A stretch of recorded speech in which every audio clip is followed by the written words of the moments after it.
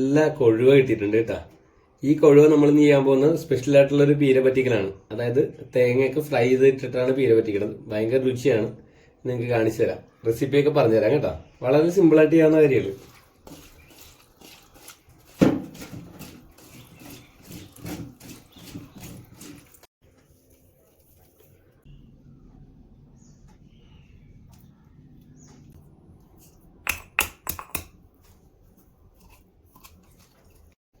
നമ്മുടെ ഒരു 3 കാന്താരി മുളക്,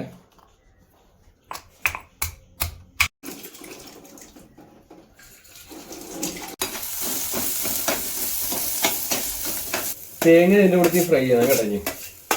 ഏകദേശം ആ സാധനങ്ങളൊക്കെ ഫ്രൈ ചെയ്തിരിക്കുകയാണ്.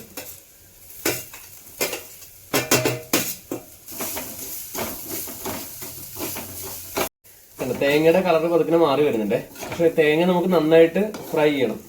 നമ്മൾ സാധാരണ വറുത്തരച്ച് കറിയൊക്കെ വെക്കല്ലേ, അതിനുവേണ്ടി ഫ്രൈ ചെയ്യല്ലേ, അതുപോലെ തന്നെ ഫ്രൈ ചെയ്യണം. ഏകദേശം ഫ്രൈ ആകുന്ന പരുവത്തിൽ വേണം നമുക്ക് ഇച്ചിരി മുളക് പൊടി പിന്നെ ഒരു അല്പം മസാലപ്പൊടി ഇടാനായിട്ടുള്ളത് കേട്ടോ.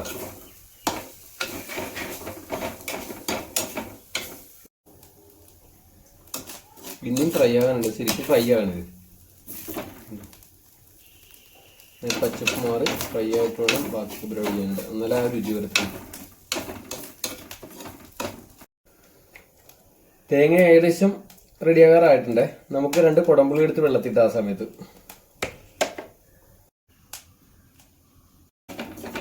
തേങ്ങ ഏകദേശം ഫ്രൈ ആയിട്ടുണ്ട്. ഇനി നമുക്ക് ഇട്ടുള്ളത് അല്പം മുളക് പൊടിയാണ്. 1 സ്പൂണിന് അടുത്തുള്ള മുളക് പൊടി മതി കേട്ടോ.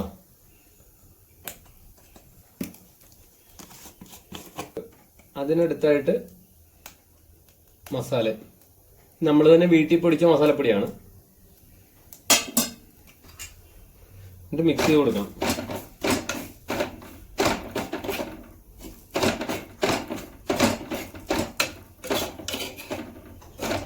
വെളിച്ചെണ്ണയോട് ഒഴിച്ചു കൊടുക്കാം കേട്ടോ. നമുക്ക്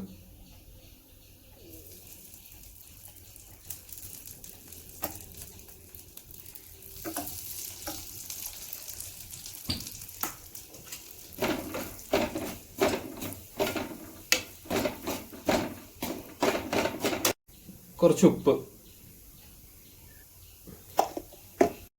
നമ്മള് ഇതിന്റെ തലേന്നും വെട്ടിയിട്ടില്ല, കാരണം വെച്ചാൽ ഇത് സൂചിക്കൊഴുവാണ്.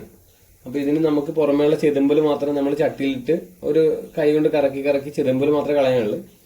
കാരണം ഓൾറെഡി നല്ല ഭംഗിയുള്ള അഴുക്കൊന്നും ഇല്ലാത്തൊരു കൊഴുവാണ്. സൂചിക്കൊഴുവ വളരെ കുറച്ച് നമ്മുടെ നാട്ടിൽ കിട്ടുള്ളൂ. പണ്ടൊക്കെ സുലഭമായിരുന്ന സാധനമാണ്, ഇപ്പൊ കിട്ടാനില്ല. അത് ഇതിന്റെ കൂട്ടത്തിൽ ഇട്ടിട്ട് ഇനി ഇത് രണ്ടും കൂടെ നമുക്ക് മിക്സ് ചെയ്യണം. കാരണം നമ്മൾ ഉപ്പ് ഓൾറെഡി ഇട്ടിട്ടുണ്ട്. ഇനി പോരാൻ വേണ്ടെങ്കിൽ മാത്രം നമുക്ക് ഇട്ടാൽ മതി.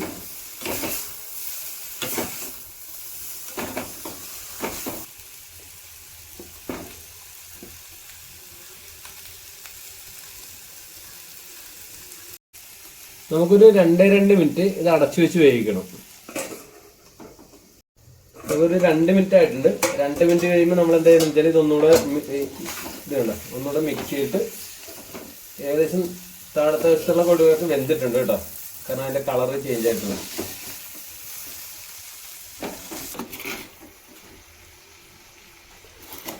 കൊഴുവ ഏകദേശം വെന്തിട്ടുണ്ട് കേട്ടോ. പക്ഷെ വെന്താ മാത്രം പോലെ അത് ഇച്ചിരി ഫ്രൈ പരുവാണ്, ഒരു പൊടിക്ക്.